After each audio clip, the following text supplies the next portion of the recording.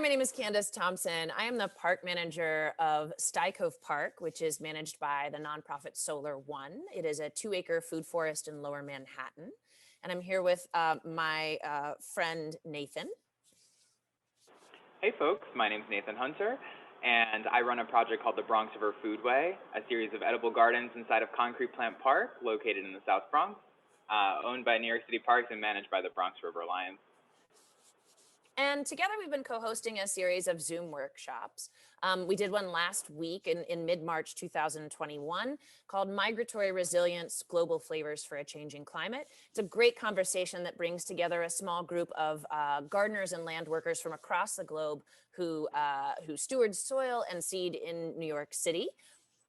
I forgot to start recording right at the beginning, so that's why we're here, just giving you a little intro about the people you're about to hear from. So we just wanted to read the bios of the 4 guests that we had. I can start, Nathan, if that's okay. So you're going to hear from Uzma Chowdhury and her great uncle, Mr. Mohammed Abdur Rashid. Mr. Rashid is from Bangladesh. Uzma is a first-generation American born in Georgia, obviously with roots in Bangladesh. Mr. Rashid is a retired pharmacist who lives in Jamaica, Queens with his wife. He has 3 sons and 4 grandchildren. He came to the United States from Bangladesh in October 1975, following the 1971 Bangladesh Liberation War. In New York, he studied pharmacy and eventually began his own chain of pharmacies in New York. He is now retired, but his sons run his pharmacies. And Uzma is Rashid's wife's oldest sister's granddaughter. Figure that one out. Uzma is an anti-racism and anti-sexism consultant in New York who works building communities that reimagine more equitable education and workplace communities. Both Uzma and Rashid love to garden and have bonded intergenerationally over their mutual love of making beautiful things grow without hurting the planet and food to share. Their Bangladeshi community venerates the dining table as a sacred space for communities to gather, and the sharing of food is an act of pure love, especially fresh vegetables grown by your own love and labor. Wonderful. And I would love to introduce Pau LeBron. Pau LeBron is a diasporic trans food maker and grower who uses art as a tool for organizing and remembering intergenerational knowledge. They were born in Bariquan and have deep familial and cultural roots in New York City. Pau has organized various projects at the intersections of justice and food sovereignty to reconceptualize power and relationships while centering a creative process. They are a food grower and cultural organizer who has started various solidarity projects to pursue a path to decolonize by preserving food, making medicine, and land stewardship. They work in language justice as an interpreter, translator, through a lens of radical inclusivity, decolonizing our tongues, and self-determination. Pau integrates design justice by using identity and tradition to provide a cultural dimension to community organizing. And last but not least, we're joined by Yemi Amu, who is the founder and director of Oko Farms. It is one of, in 2013, she established NYC's first and only publicly accessible outdoor aquaponics farm, the Oko Farms Aquaponics Education Center. Yemi directs all of Oko's farms programmings, including education, design build projects, and community-related activities. And she is one of NYC's leading aquaponics experts and a committed educator. Over the past decade, she has facilitated the creation and maintenance of over 20 edible spaces throughout New York City, created and implemented various culinary, nutrition, and gardening programs for youth and adults, and promotes aquaponics as a tool for environmental awareness and stewardship.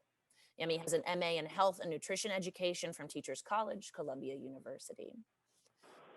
And the idea with this entire project, we just wanted to, we framed the beginning of the conversation around this quote from Robin Wall Kimmerer. The idea being that, in having a conversation about all of our intersecting identities, that it's important to remember the ways in which we are all related and kin through land. And so this was the way we set the tone for the evening. And the idea here is that the two of us are going to take some of the herbs you're going to hear spoken about and grow them out in our respective parks this summer as a way of trying to expand people's culinary and cultural and ethnobotanical palette. And lastly, we just wanted to acknowledge, Nathan, I think you'll agree with me that obviously in having a conversation about the global diaspora, right, we could have so many voices. And particularly in this moment in which our country is seeing a rash of anti-Asian and Pacific Islander violence, we really hoped to be able to have more voices from the Asian community. And unfortunately, the person we had who was going to join us was ill, and so they were not there. But we hope to have more conversations like this, and we welcome everyone to the table, and we hope you'll enjoy what you hear. So hi everyone, thank you for having me. So I am Pao and I identify as a Bori Yorker. So not like the more known New Yorican. I was born in Boriquén, Puerto Rico. And at this point, I spent the majority of my life in New York. My dad and my dad's side of the family is from the Bronx. So I feel like I have very strong cultural ties to New York City, yep. So I've taken on this Bori Yorker identity.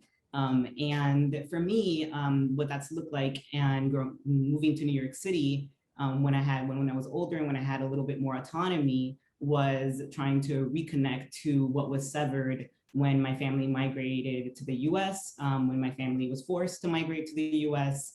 I was born in Puerto Rico and I grew up going to my grandfather's farm every weekend in the northwest part of the island. And it was my favorite place. He was my favorite person then. Unfortunately, not so much anymore. Youthfulness is so special. Once my family moved to the US, and I've been in that process of trying to reconnect with my land, with my food, with ancestral knowledge, with my language. And once I moved to New York, I did that in whatever little space I could find. If there was a little patch of sunlight, I had a pot there. If there was a windowsill, it was overcrowded. I had a fire escape garden going on in all of my spaces. I then connected to some community gardens. I was able to start growing food there and worked as an LGBTQ justice organizer with an organization that had access to some land. And in the Finquita, we had all of our, which means little farm, we had all of our programming there. So we even seed bombed Maria Hernandez Park at one point. Nothing grew, of course, but we did it. And I've been looking for green spaces and places to grow ever since. And once again, I was able to go to Puerto Rico more often on my own. I would always bring seeds back and I would try to grow the things I knew, the things I was trying to reconnect to. Peppers from Puerto Rico, bad tomatoes from Puerto Rico, because that's something that has been lost for a long time. Whatever recao, which is also known as culantro, which has never grown for me, but I'm gonna try again this year. I have many seeds to try again. We tried it in Oco Farms. It did not grow in Oco Farms, so we're gonna try again. So yeah, basically I've been trying to find places to grow food. And about 7 years ago, some comrades moved into a house with a little bit of land, a little backyard. And 7 years ago, we started growing food. We started growing jalapenos, summer squash. At one point, we grew like a 7-pound summer squash. And not knowing what I know now, I was like, abundance, we can feed everyone. Now I know, more tender, in its prime summer squash, but it was exciting and really important then. And now, as life goes, I actually moved into that house. And last year, I was growing food there. So I was growing food there. I was in the process of trying to reconnect to other islands in the Caribbean and got a chance to travel and do some programs in Cuba and in Dominican Republic, and brought some seeds and we're growing it and was growing it in that land patch. We had some successes, a lot of failures, but learned a lot of things to try again this year. And also try whenever I could, try to go to Oco Farms with Yummy and support there and bring seeds there. I have many more to share now. And that's been my process of recovering our practices, reconnecting, and trying to grow food wherever possible.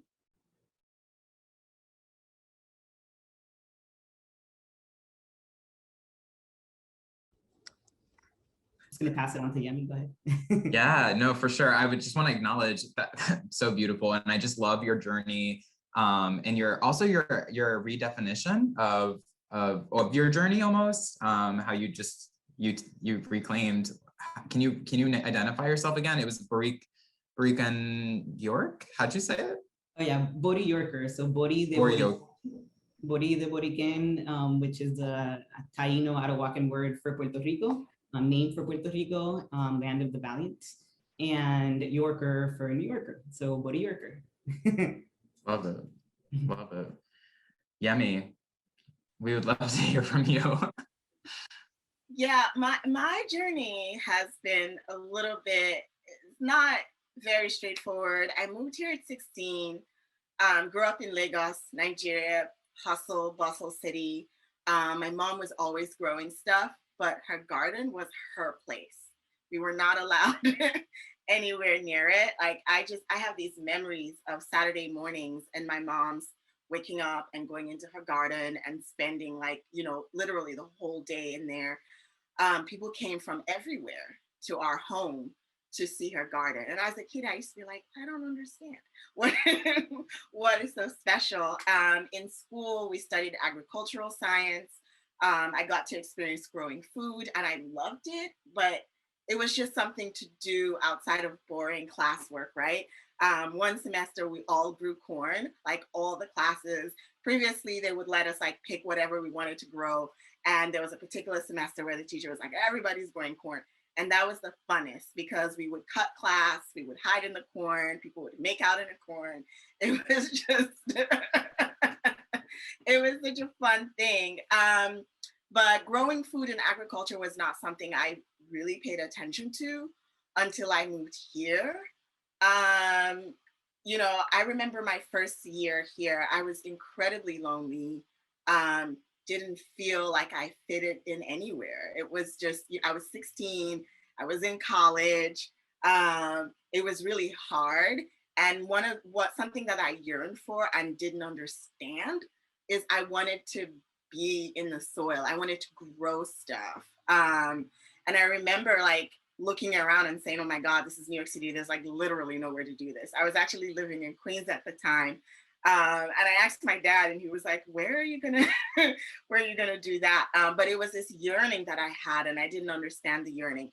Fast forward 10 years later, I'm in Brooklyn. I'm working at a housing facility for formerly homeless adults. I had gone to culinary school. I had this connection to food that I was still like trying to understand and make sense of.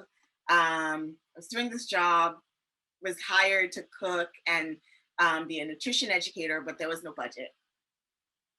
Like literally they were like, figure it out. We have no food budget. And my coworkers worked with me. It took us a while, but eventually someone said, hey, there's like a rooftop that was meant to be a garden. Why don't we just like start growing food? And I said, yes.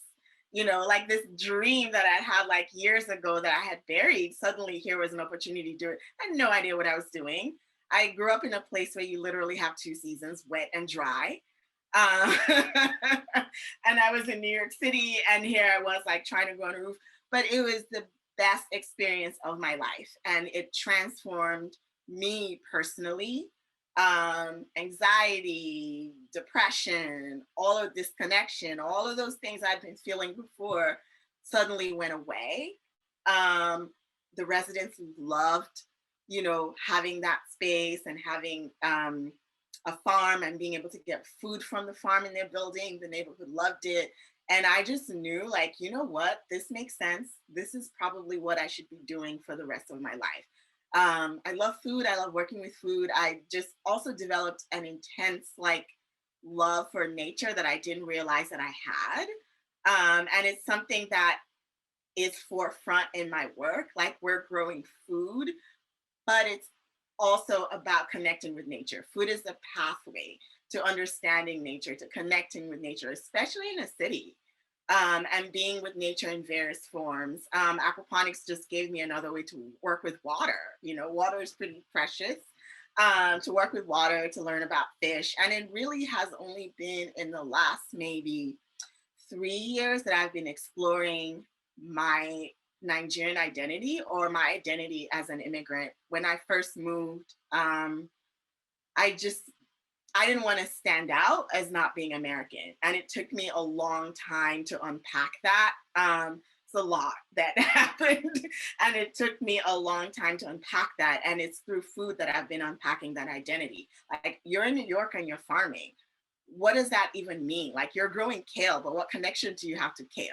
You know, you're growing radishes. What connection do you have to radishes? What are the foods you love? What are the foods you crave when you're sad? Why you're not growing them? And then where do you even get Nigerian, you know, vegetables? And, you know, in Brooklyn, you walk around in the summertime and you see the Pakistani, you know, the Pakistani homes of Bangladeshi or Puerto Rican, and they're all growing vegetables from their communities. And I was like, that's what I need to be doing. Like, you know, for me, it's one of the most exciting things and the most inspiring things for me is to like walk around neighborhoods and see people growing food from their cultures. It makes me feel so good. And it also is teaching me about food and food pathways and how much we have in common with each other. It's so exciting when someone comes to the farm and looks at a vegetable and says, oh my God, in my language, we call it this, and we use it this way, and we cook it like this. And I go, wow, in my, you know, in my language, we call it this, and we do this with it, and we cook it. It's such a great way to connect with people. Yes, thank you. That was beautiful. And that made me think of the fact that you and Pau had an example of this, right? With Gandules, I believe, right? So can you guys talk a little bit about that? Pau, you want to? Yeah, I mean, I think that's one of the coolest examples that I have of like something that we grow in Puerto Rico that I've seen in New York. Although I know I've seen all the New Yorkers grow corn in their little patches of grass in Bushwick as well. But the northeastern adapted gandules from East New York farms that Yemi grew beautifully in that season. I was completely amazed. I'm so excited to try them again this year. And it was so incredible to see and talk about it because I mean, every time I went to Opal Farm, basically me and Yemi talked like the entire time without shutting up the entire time, which is such a great experience as like being in that space and like going through so much of like our food experiences and foodways. But gandules are one of the primary, or pigeon peas are one of the primary, if not the primary grain with beans in Puerto Rico that is consumed. It's super nutritious and has a lot of protein. And Yemi was like, oh, we don't really eat the grains. We have so many other like peas to eat. And I was like, oh, okay, well, this is like our main cultural food source. And then Yemi was like, oh, but we actually use the leaves, and the leaves have so much medicinal properties. And then you can expand a lot more on this because I know you're very familiar. But we ended up making a tincture out of the leaves, a medicinal tincture to support one of Yemi's friends. But that like just that entire process of like sharing just one plant being adapted in New York, then finding all these other commonalities and intersections that we found each other in was really inspirational, and I'm super excited to continue doing it.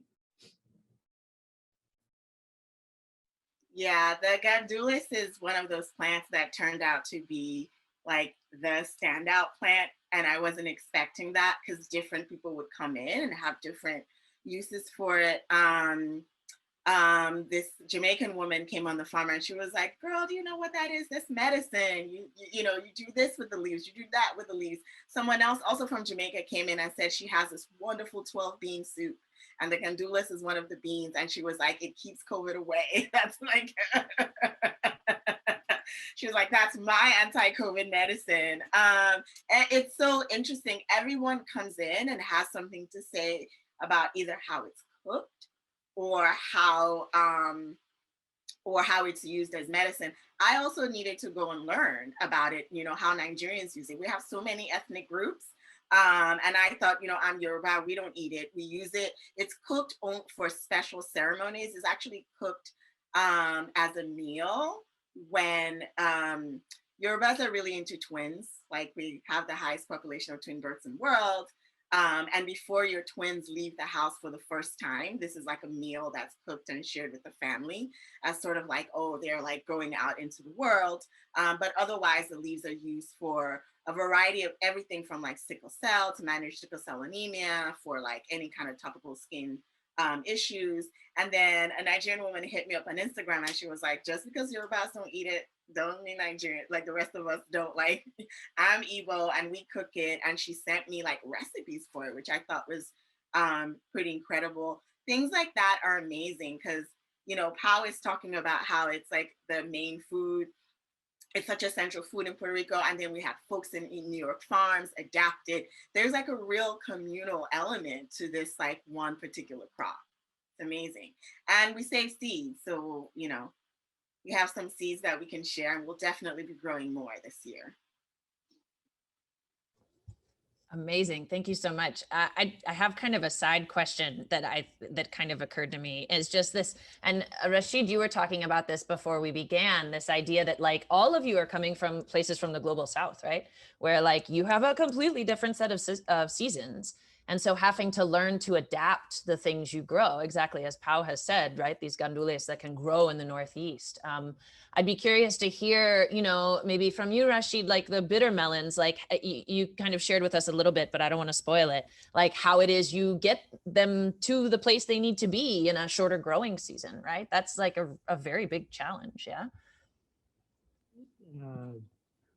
I have to grow from the seed, you know. So the seed I have to put in a topsoil in next month from the middle of April. Then it takes about a month to grow about 3 inch. Then at the end of May, I can plant outside, you know. So that then I have to make that's like লতাটাকে কি বলে? That's Elephant a- ears? That's a climbing, Yeah. you know, hanging in a we call that's you have to make a Okay, it's like a gigantic tomato cage. Wow, I'm having such a hard time describing things. then that will grow on that about 6 feet high. Then it takes about 2 months to reach that height, you know. Yeah. Then another month, the the bitter melon, you know, grows, you know. And he grows them, and you can talk about Florida in a second, but the reason that he has to build like a gigantic structure in the backyard is because typically in Bangladesh, there's like a lot of trees that are rainforesty that they can grow on and climb up. We don't really have those here in New York in our like lawny backyards.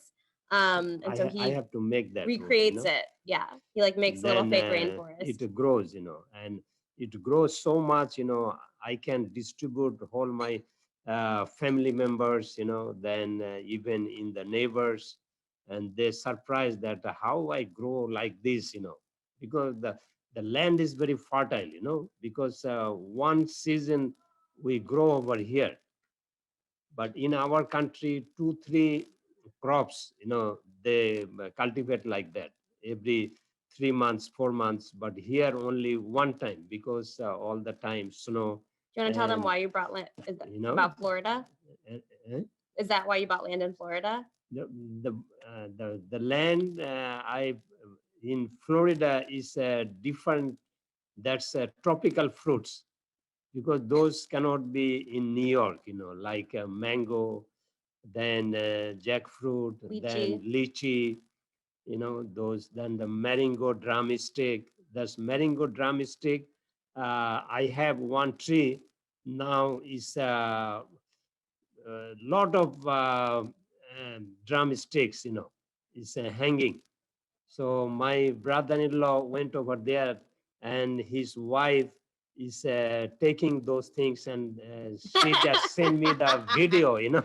So, yeah. So they are enjoying too much. And that's drumstick moringa is very, nowadays the modern science says is very healthy for that, you know. So my cousin Nabila is on the call and it's Those her parents. things, then the guava, I have guava trees, then papaya. Papaya makes the fresh papaya is if you eat green papaya, that makes you enjoy, you know. We'll send you pictures, but this is Nabila, you're on the call. Rashidana is saying your parents are in Florida taking too many drumsticks and to leave some for him, please. This is like a call in to you right now. So please pass the message on.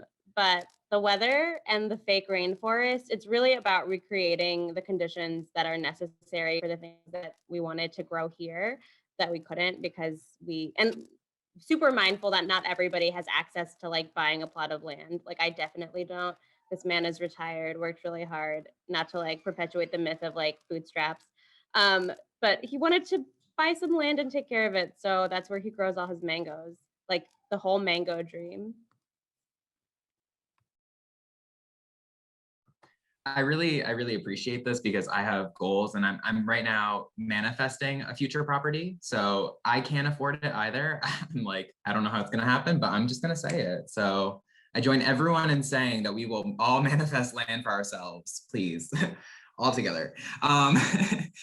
It will happen. So I do, and we are just talking and it's been such a great conversation. I want to kind of move on to a question that I know I wrestle with often in the park. So at the Foodway, and I know Candace also has this issue of thinking about fences and borders and boundaries that exist around gardens, as well as I would love to bring it to the level of thinking about like large pieces of land, like continents and countries and states, and thinking about like fences and boundaries. Because I know in our parks, we don't have fences around our food and we think it's a good thing, and I know it's a common conversation with passerbys, with even coworkers and people within parks. Everyone thinks to put a fence around something that is valued, right? So there's a whole concept of commodifying things, right? Nature. So yeah, I'm gonna leave it there. Anyone want to kick us off? Just unmute yourself. Otherwise, I will just pick on someone. Yemi, you're making a face. I'm gonna choose on you. Can you say that again? Word. So we're just kind of, it's like a meta question. You can answer however you'd like. It's the idea of like boundaries and borders, right? So I work in a space where people want fences around food, especially like fruit, but I don't believe in it.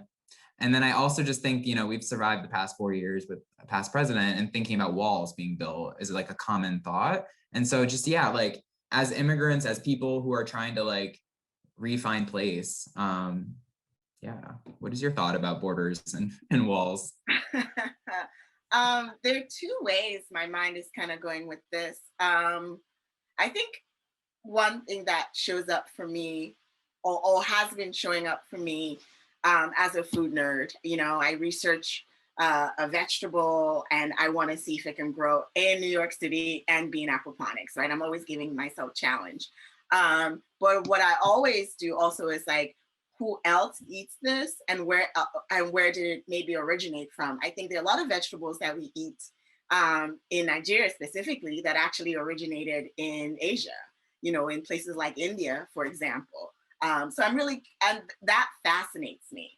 The idea that we have these foods in common. I mean, if you ask the average Nigerian if they had anything in common with an Indian, food-wise, they probably wouldn't say that they do, but there's so much that we have in common. And then there's some vegetables where, I've learned maybe they originated in China, but are like really popular in Puerto Rico. That for me is so fascinating because it shows, it says a lot about who we are as humanity and how we have so much in common and how we traveled, like it's not by accident that these crops ended up where they are. So there is something. The crops themselves are able to move around because of us. We share similar palates. We may not cook the food the same way, but we're eating the same food. The jute plant is one, for example. We call it ewedu. It is like something that Yorubas in particular love to eat. It's called molokia in the Middle East, and it's like a big deal there too, right?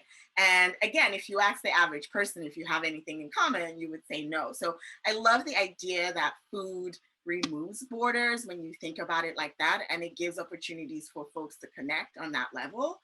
Like every time I think how so much we have in common when it comes to food, and food is just this thing, apart from the fact that we all need to eat and most of us love food, so much of our histories and cultures and stories and even myths about myths are shared across cultures because of food. So that's something that is really interesting to me, and I'm still exploring and still learning to articulate. And then the other aspect with the physical walls, I think that's just indicative of the society that we live in. Food, if it was up to me, I don't even think food should be sold. Like I just, it should be available. The fact that food is a commodity sometimes is a problem. Hopefully we're working towards a future where we're like growing food and learning how to grow food together. I think that's another really interesting piece, is teaching each other food growing practices. Like that's another way of like breaking boundaries and walls that we put up. I'll leave it there. I'm still forming thoughts, but I'll leave it there.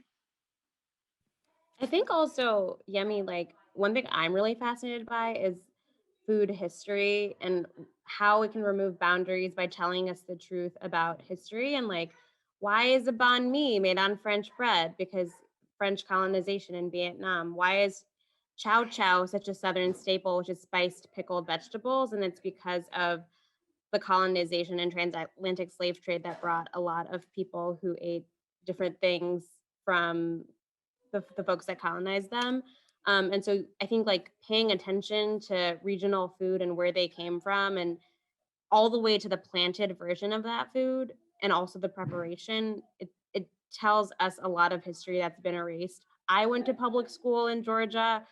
They called it the War of Northern Aggression instead of the Civil War. I'm not that far removed from when I went to school, so that can tell you a lot. But food actually told me the truth a lot more about history than history did. And so I think there's a lot of, when you pay attention to it, when you pay attention to what happens at a table and find things to share and tell stories about where it came from, like you're talking about jute and he's over here like, we use that, we eat that, we make that. And that's a huge industry in Bangladesh right now. And also the commodification of anything. Like capitalism is ruining so much about this thing. And I think gardening is a way to remember you like don't actually have to have a take and give relationship. Like reciprocity with the earth is something that you can really practice with. I'm going to compost my leftovers. I'm going to save seeds. I'm going to pass the seeds. He passes seeds down to me. And that's such a beautiful, like intergenerational heirloom kind of thing. I know there's lots of problems with heirloom seeds, but I think there's just so much that you can remind yourself of how the world could be like through the practices of gardening. Like you actually don't have to hurt anybody to take care of each other. I'm just gonna say, and you don't need to, right? It's just like, yeah, there's just no, the act of gardening itself is almost, it's in the act of gardening itself is caring for the earth, and then the earth caring for you back, right? So there's no room for harm in there, or there shouldn't be room for harm in there.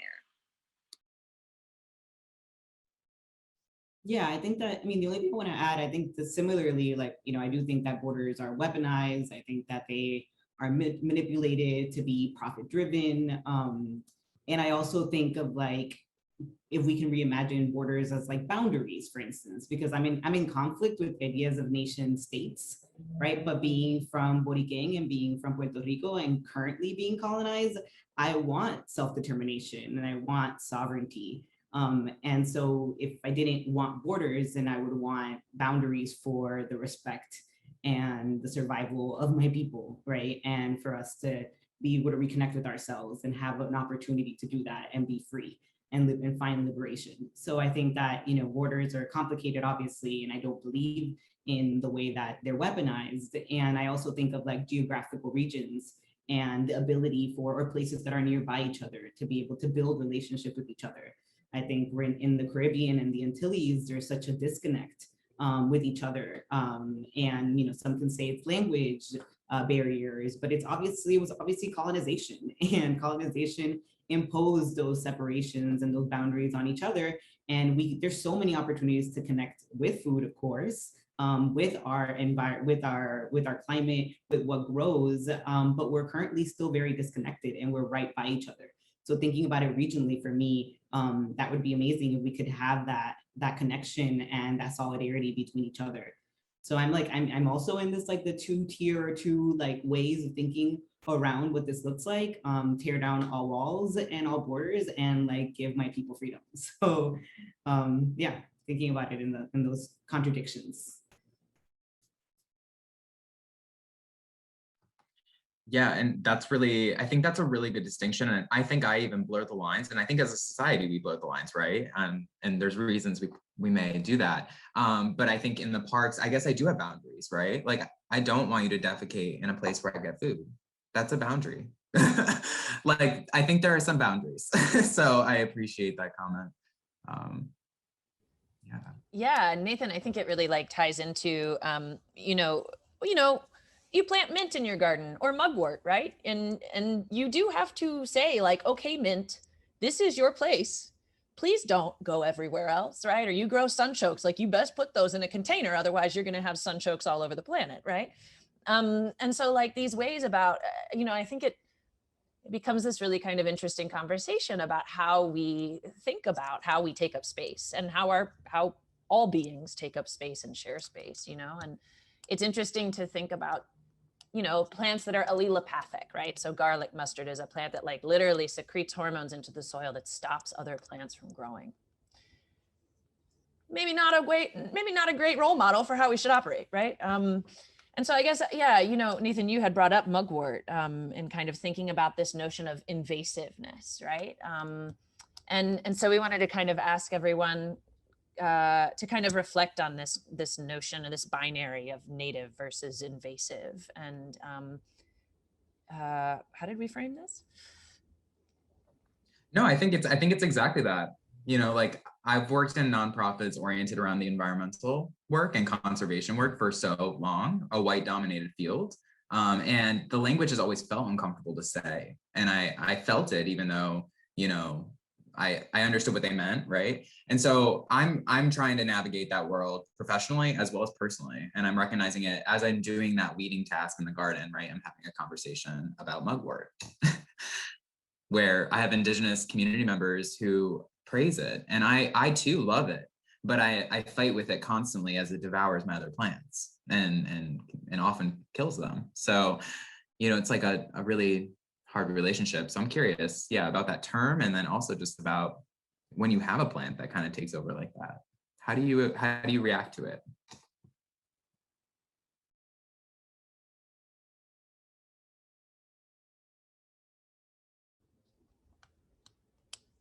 And if we want to simmer on that one, Timothy is asking just for some very practical advice. Thank you, Yemi, for, I was going to throw it to you.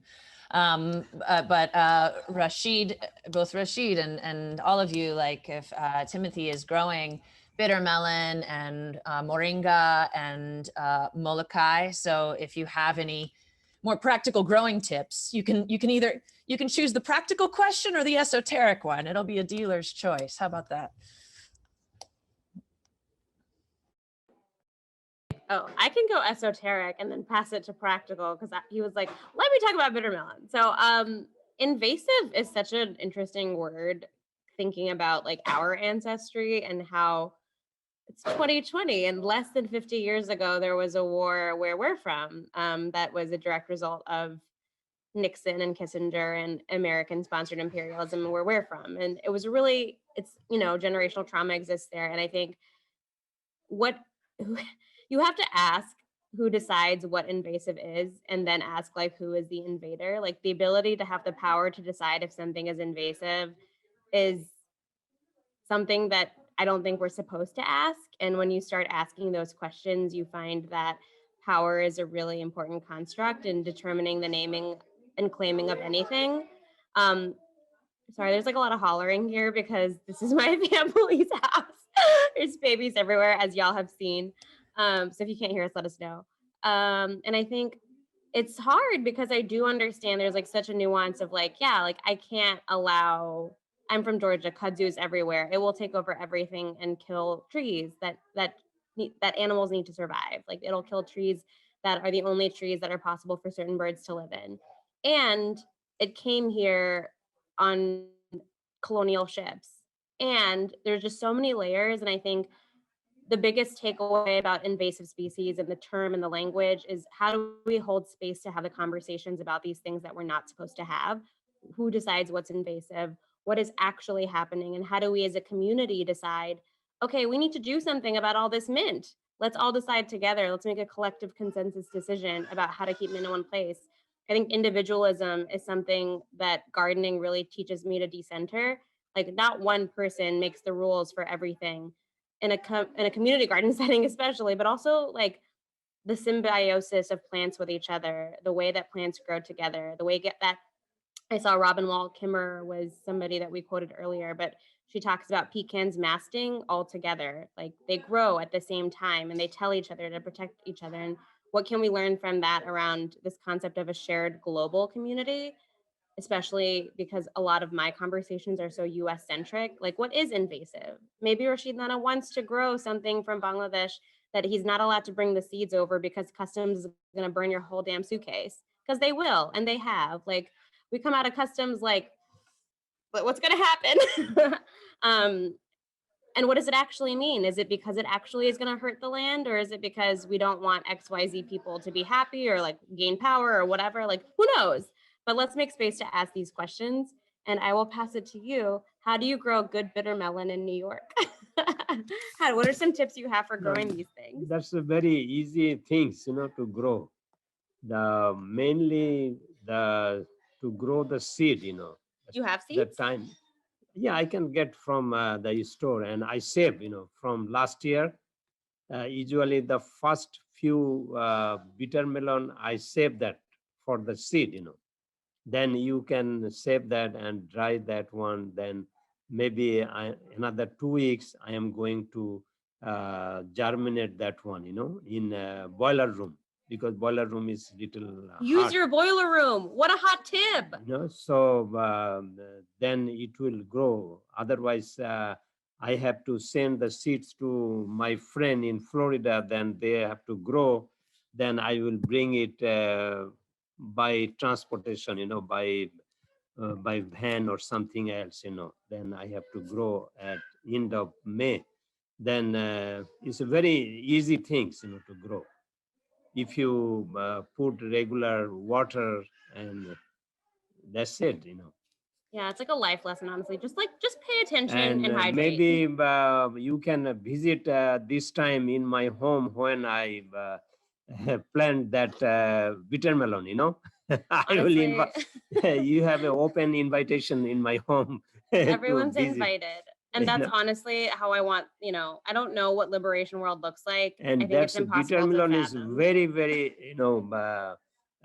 healthy food nowadays, It tastes like more, it sounds. it's a little bitter, but it's very healthy, Then another thing is now the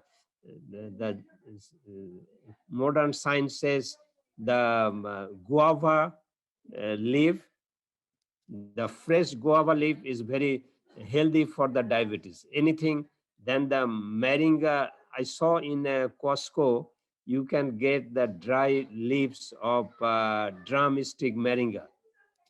It's available commercially, as a some people will taking that for a the organic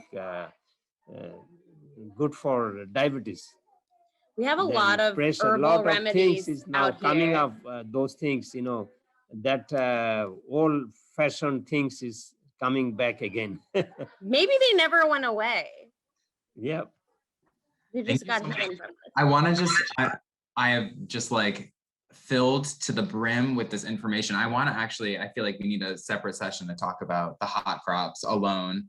I remember Yemi had something to say, and I wanted to just make sure, or it seemed like maybe you wanted to speak up. I wanted to make sure, just as we're closing kind of that 8 o'clock moment, that folks have a space to speak. How, Yemi, any comments or thoughts about kind of this question? Yeah, when Uzma was speaking, something occurred to me that, you know, the subject of invasive sometimes is also indicative of an imbalance in the environment, right? So oftentimes when we say something is invasive, when we're talking about like gardening terms or space, nature is usually always looking to create balance. And when they're, so if something is taking over, usually it's a sign of imbalance.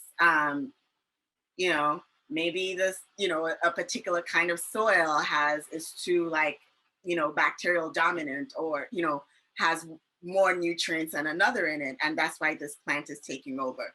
So, you know, the way that we talk about what is or isn't invasive is also indicative of the fact that we don't think of the world or nature as like trying to create balance. And that's what I see my role as often as a farmer, especially as an aquaponics farmer, is I'm always looking to seek balance. And if there's too much of something or too little of something else, it's a sign that there is an imbalance.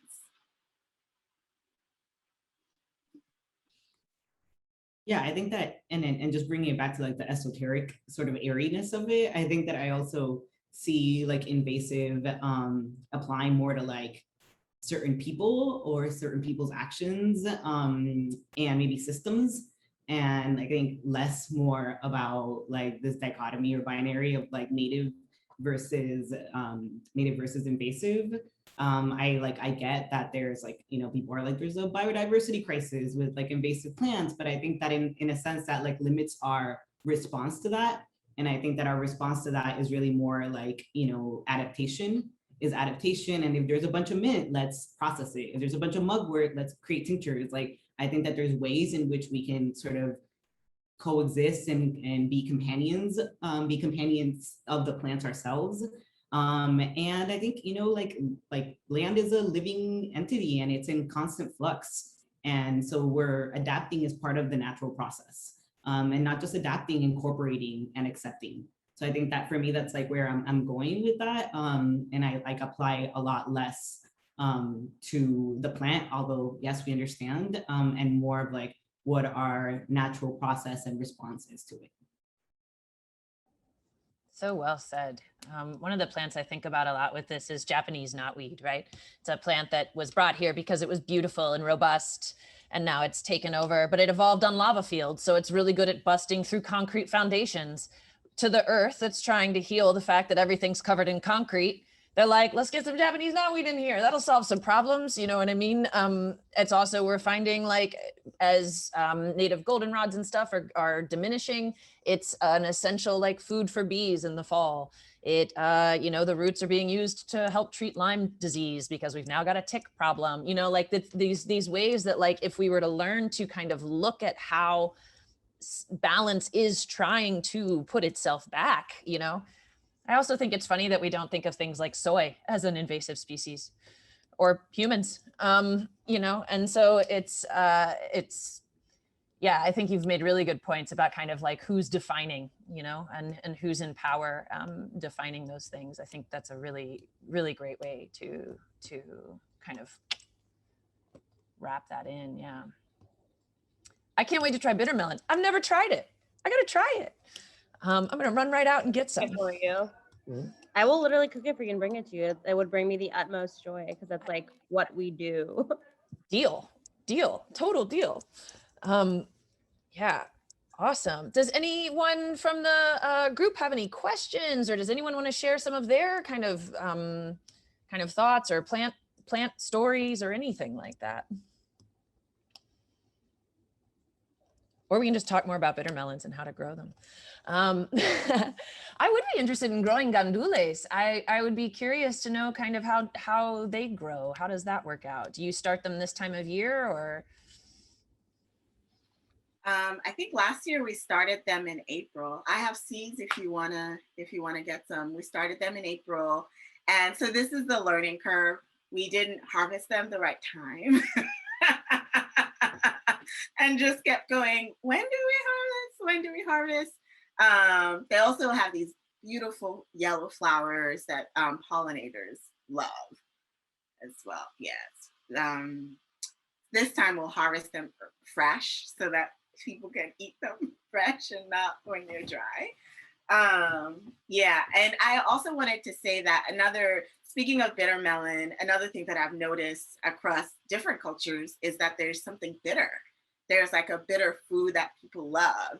I think in the Caribbean, folks love cerasee and they drink cerasee and they use cerasee for medicine. Nigerians, we do bitter leaf soup. My mom has been harassing me to find the plant and grow it because she swears it's like a COVID, a COVID thing. But yeah, it's literally like a stew you make with the leaves and folks love it. And that's another thing I'm noticing, like different cultures have that flavor as part of their diet. And those plants are almost always medicinal.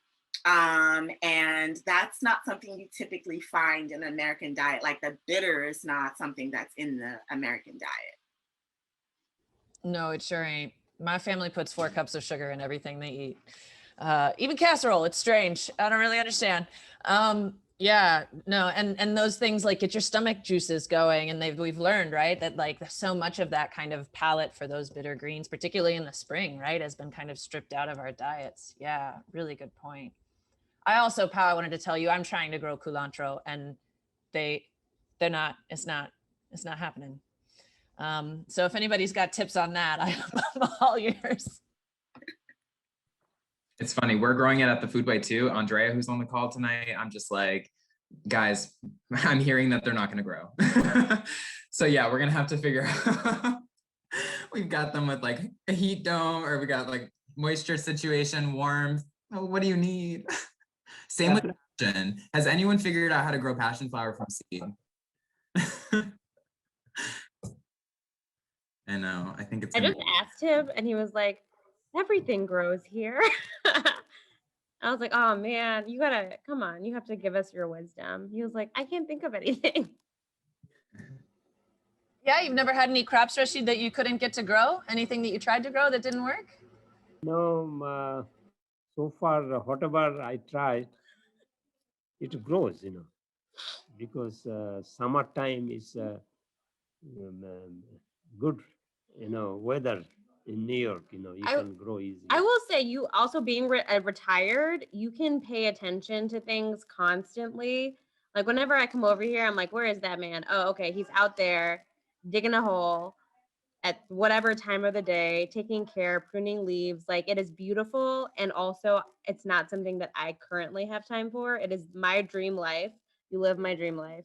I aspire to be like you. But I think that might be the answer, like constant Rashid Nana watch on the I plants. spend all my time, now I started backyard, to soften the soil, Yeah, he was out there today, getting turning soil. ready, it takes time.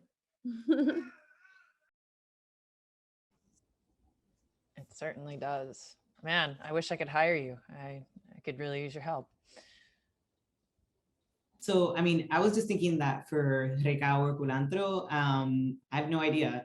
Heating pads, because you're saying you're controlling moisture. I tried when I was in California for an agroecology program. We had everything, all that set up, and it grew like this big. And that's as far as I've gotten. But here, it grows everywhere. So let's keep in touch and see and share tips.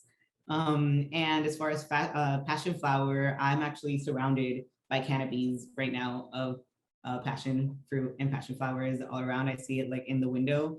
And they're like, we just throw it and it just grows. But this is tropical weather right here. And one little anecdote that I wanted to share, because I'm also bringing these seeds to New York City, is that we did a huge plant out of corn here in Puerto Rico in early February, and it's a Creole corn, maíz criollo. And it was in a farm that is also like one of the main teaching centers for everyone who does agroecology and who's trying to reconnect to farming here in Puerto Rico, a bunch of youth. We all shared knowledge and we kind of looked into our relationships with corn and Taino relationships with corn. And it was actually a main crop in Puerto Rico. It was a huge food source, and that's not really associated. And I am feeling very much the need to reconnect and grow that corn myself for it. I think it's really interesting. The word maize is actually a Taino word. Since the colonizers came to the Caribbean first, they actually Spanish has adopted a majority of Taino and Arawakan words more than almost any indigenous language. So like ají is a Taino word, maíz is a Taino word, hammock, hamaca, barbecue, these are all barbacoa, these are all Taino words. And maíz is one of them. And I don't think there's people understand or know that relationship that our people have to mice as well. And we grew it and they ate it off the cob, they roasted it, but mainly they used it in meal. And they fermented it and drank something similar to chicha. And that was because we have hurricane seasons. So because we have hurricane seasons, our time to grow the Taino time to grow maize was very short. So our hurricane season starts from June to August. So we wouldn't have any other time, but a very short time to grow it. So it wasn't our main crop. Yuca was our main crop, but maize was still a very important source of food in Puerto Rico, in Boriqueño. And actually the word maíz means lo que sustenta la vida, which means what sustains life. So that is something that I just found out through this plant out that we did in the mountains in Puerto Rico while I've been here. And I'm really excited to bring back some criollo seeds and share with folks and grow it in New York.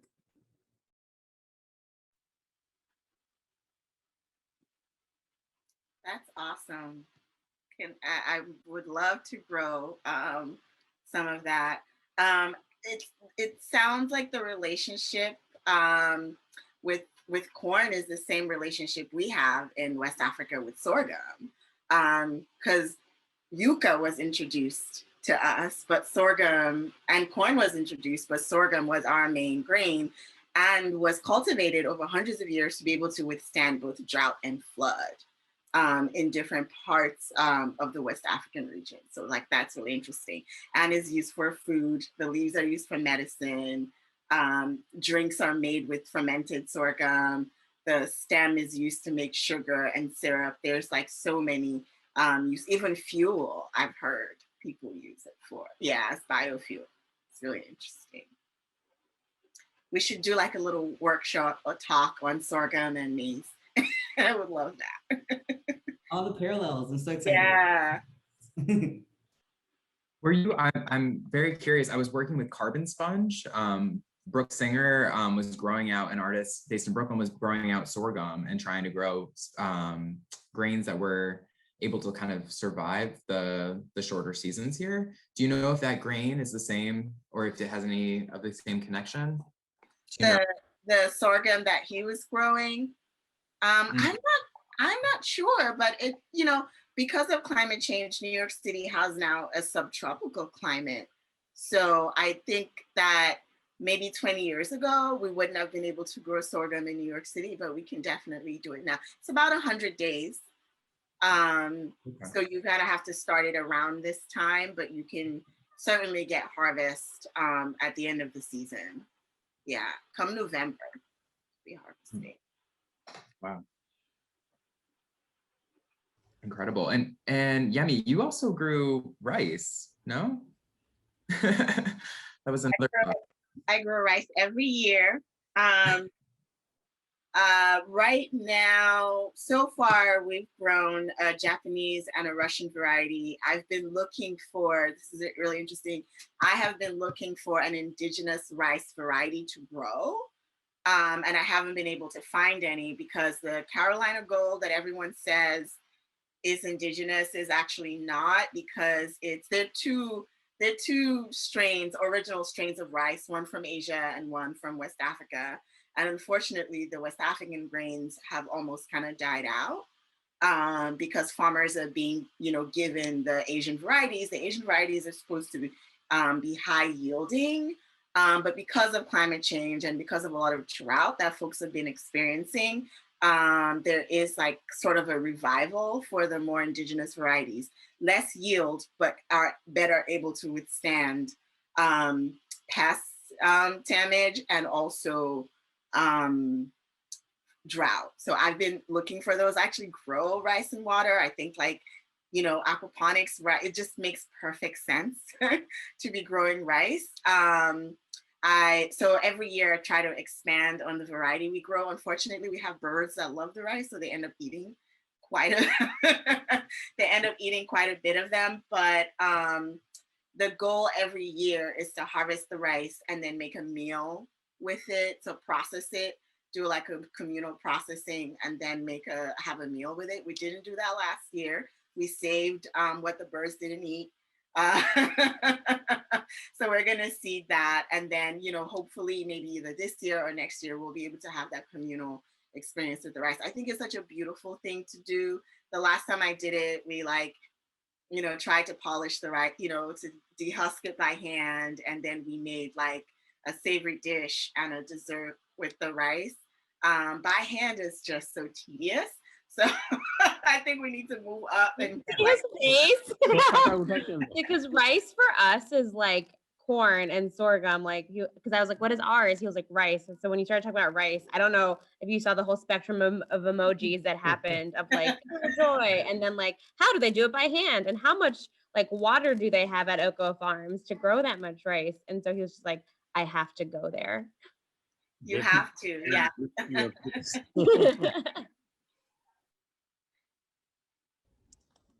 Audrey has a really nice question. I'm curious, has gardening culturally important foods here in NYC at all impacted any family members or other social connections in your homes of origin / cultural homes of origin? Or are there words you tend to use when talking to other immigrants about your homeland? And Audrey gave the example of that their partner likes to say the motherland. Yeah, so maybe kind of reflecting on how kind of your growing experience here has kind of resonated or reverberated back to where you come from. You talk about it?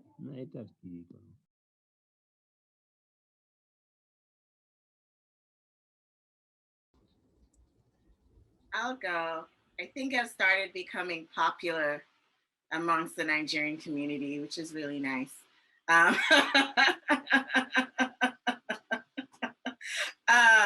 Yeah, people reach out just because we don't have Nigerian vegetables growing in New York City. There's nowhere to find a lot of them. Most people don't even know what they are, much less grow them.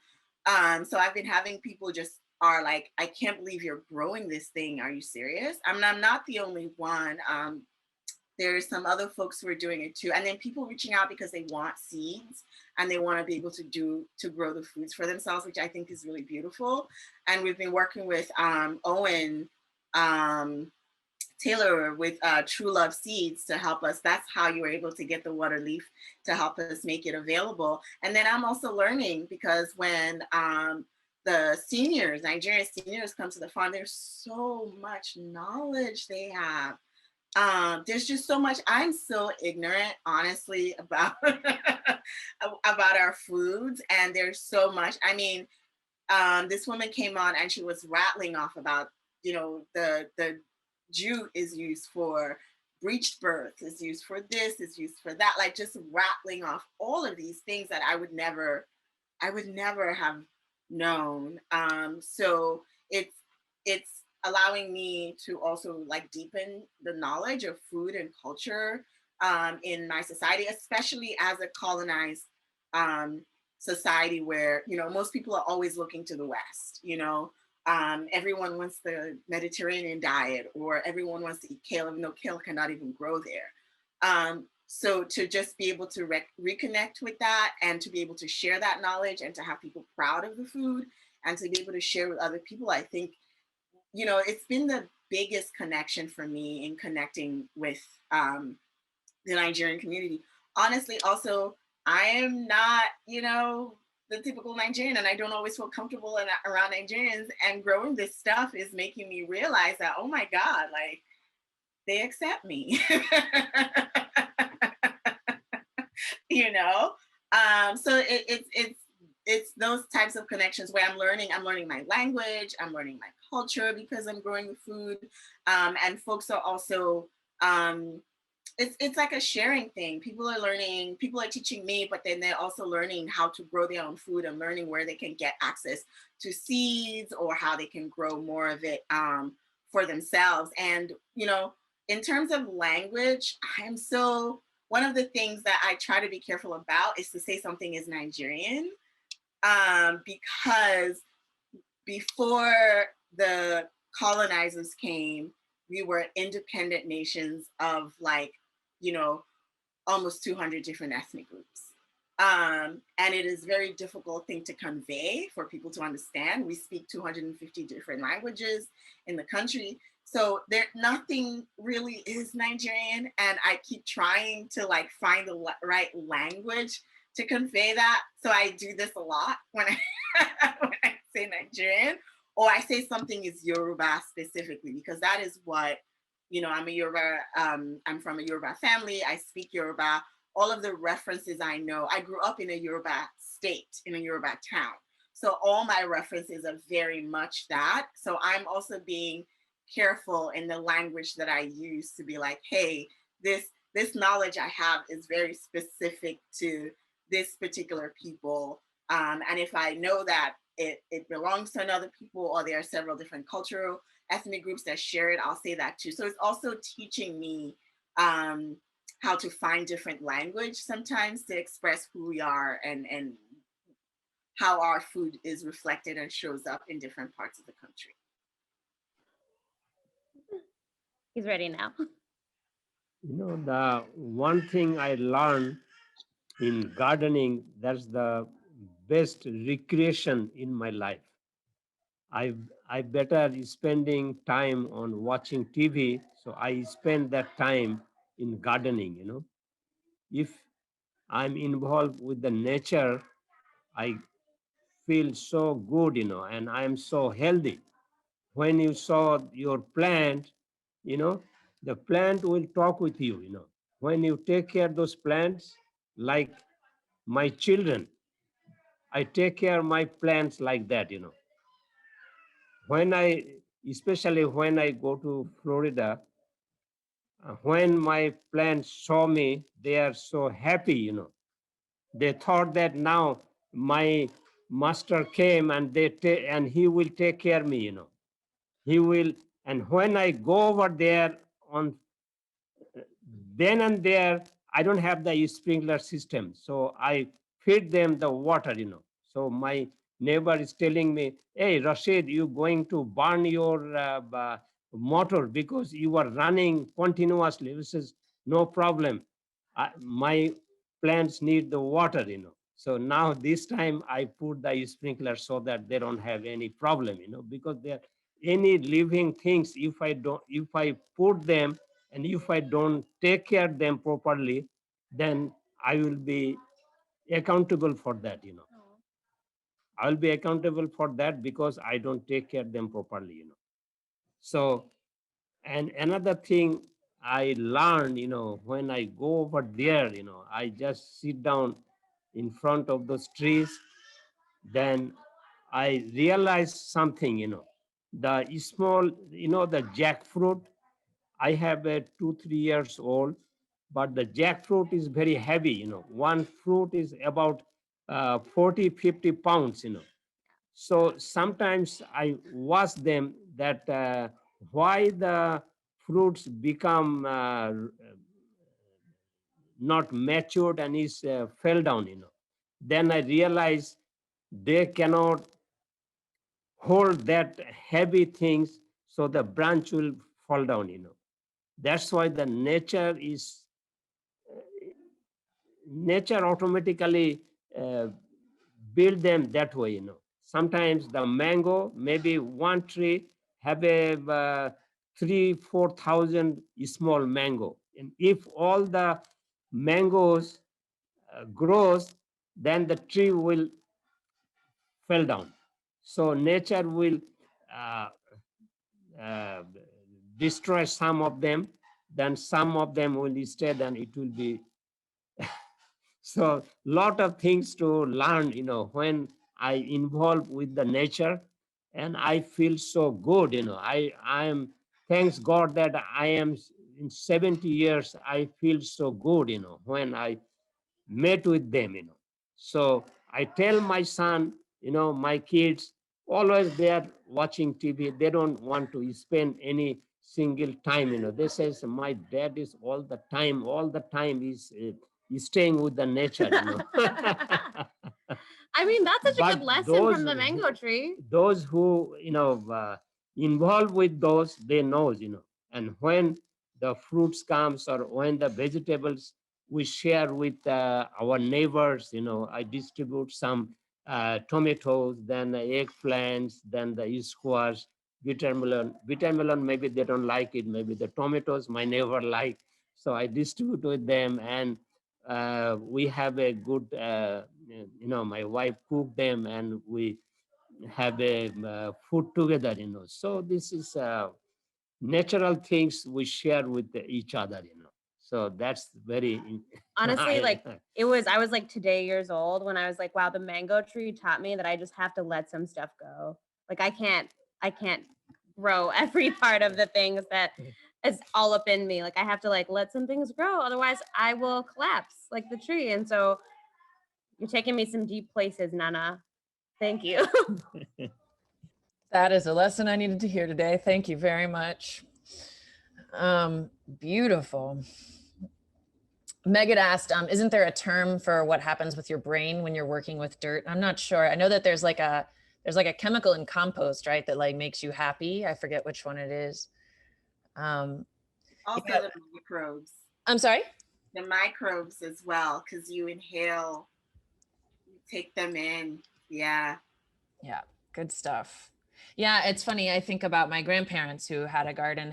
My grandmother still like has a couple tomato plants or whatever, and like, yeah, they've been incredibly healthy their whole lives because they have done that, right? And like it's so important for us to continue to maintain those relationships. And the idea, like, yeah, I'm so excited for tomato season, for everybody being like, I got tomatoes. Who wants tomatoes? Like, it's always the time of year where everybody's got them, and then it's this time of year where you're like, God, what would I give? What would I give for a real tomato right now? Like, this has been so wonderful. I want to give a couple of minutes if anybody has any last thoughts. Pao, you didn't really get to kind of respond to this last string of thoughts.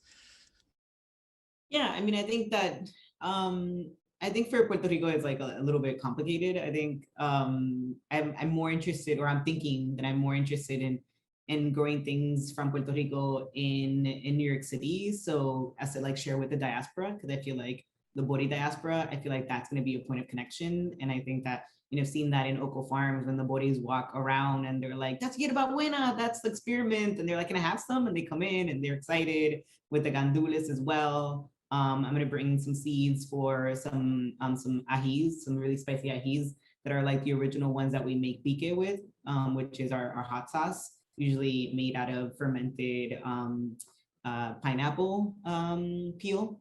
So I'm excited to do that. I'm excited to bring in that direction. I think that in Puerto Rico, we have like a lot of decolonizing, for lack of a better word, to do, and to think about like what we want to grow. There's been some interesting bidirectional influence where people are now growing kale in Puerto Rico as well, and mixed greens, and they sell like $6 a bunch, and it drives me crazy. So I don't know. I'm thinking for me right now, it'll be interesting to bring things over because with New York having so much Bori influence and New Yorican influence throughout the years, and seeing like cuchifrito places of like fried food, which is something that is super antiquated and nostalgic. Like you don't find cuchifrito places in Puerto Rico, they don't call it that at least. So I think that the New Yorican relationship is very nostalgic. And I'm excited to like bring things that are happening now, especially with like the older communities, and share that. And I think that's a really good point of connection.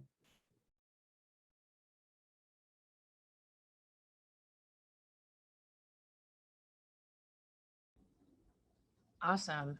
Well, we want to give everybody a chance to find out how to connect with all of y'all. And now we're all going to go to Rashid's house for a party. So we all really have to keep in touch.